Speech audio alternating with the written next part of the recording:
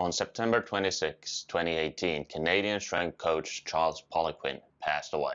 For those not familiar with him, Charles Poliquin was one of the most successful and influential strength coaches of our time. He trained Olympic medalists in multiple sports. He also coached Hart Trophy winner Chris Pronger, Tkachuk, MacInnis, Gary Roberts, and many other elite hockey players. Poliquin was often called arrogant by other coaches, and many were put off by his demeanor. I never met the man in person, so I cannot comment on his personality. What I do know is that Poliquin's material, especially his older writings, include some of the most useful information ever published on strength training for athletes. I have consumed several of his books, read dozens if not hundreds of his articles, and interned with one of his top students in the US, Ben Prentice. So while I didn't know Poliquin personally, his work has had a profound influence on how I train my hockey players.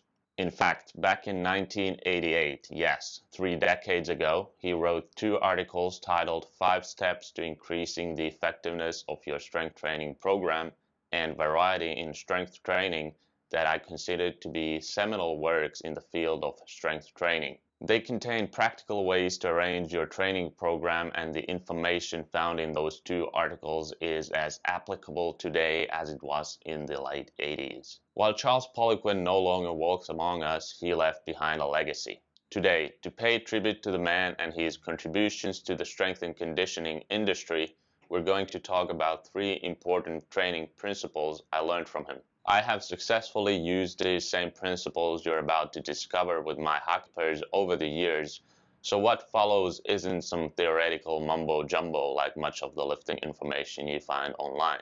These are off-ice training methods that have been proven to work. That said, let's start.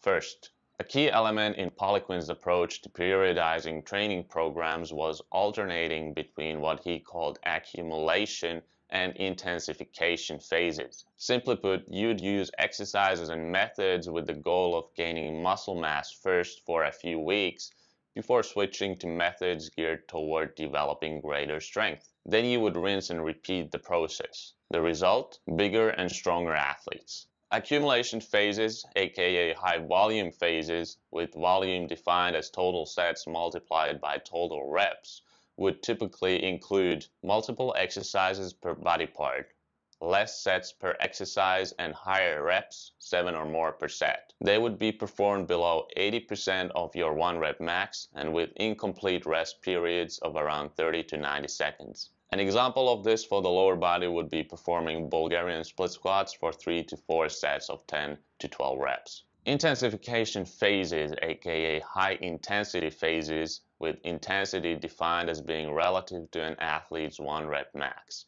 focus on building strength through neural adaptations. They're typically characterized by just 1 or 2 exercises per body part, a high amount of sets per body part, and reps between 1 to 6 per set.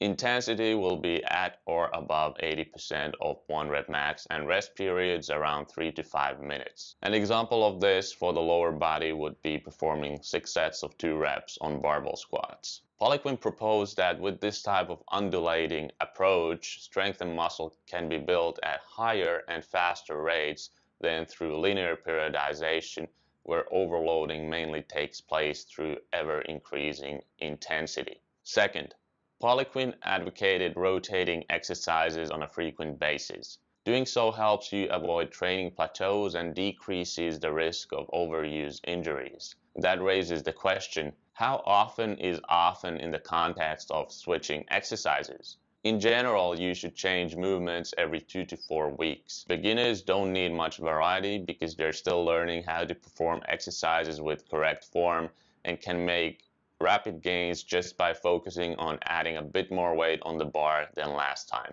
So sticking to the same movements for longer makes sense. Advanced athletes require more variations to prevent plateaus. They have been lifting weights for years or even decades, so they're not going to add 5 pounds to their lifts every week for months on end like beginners can.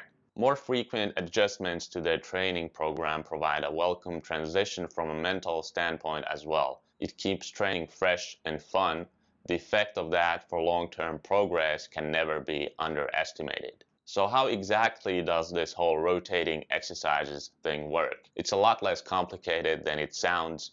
Simply alter your grip, use a different training implement, or change a limb or body position. For example, when people think about deadlifts, they usually picture the conventional deadlift done with a straight bar off the floor. But this is just one way of performing deadlifts, and it might not be the best variation for you. With my hockey players, we perform several other types of deadlifts like sumo pulls from the floor or elevated off blocks. Trap bar deadlifts are another excellent movement since they place less stress on the spine than conventional deadlifts.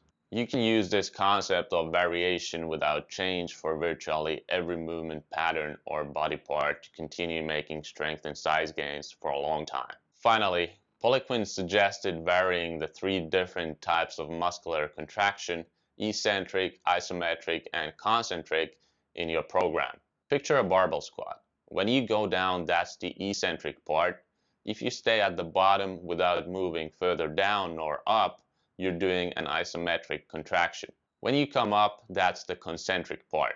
Most lifters focus all their time and energy in getting stronger in the concentric phase. However, there are some serious benefits to building greater eccentric and isometric strength that shouldn't be neglected. Eccentric training especially can boost strength and muscle gains more than concentric training alone.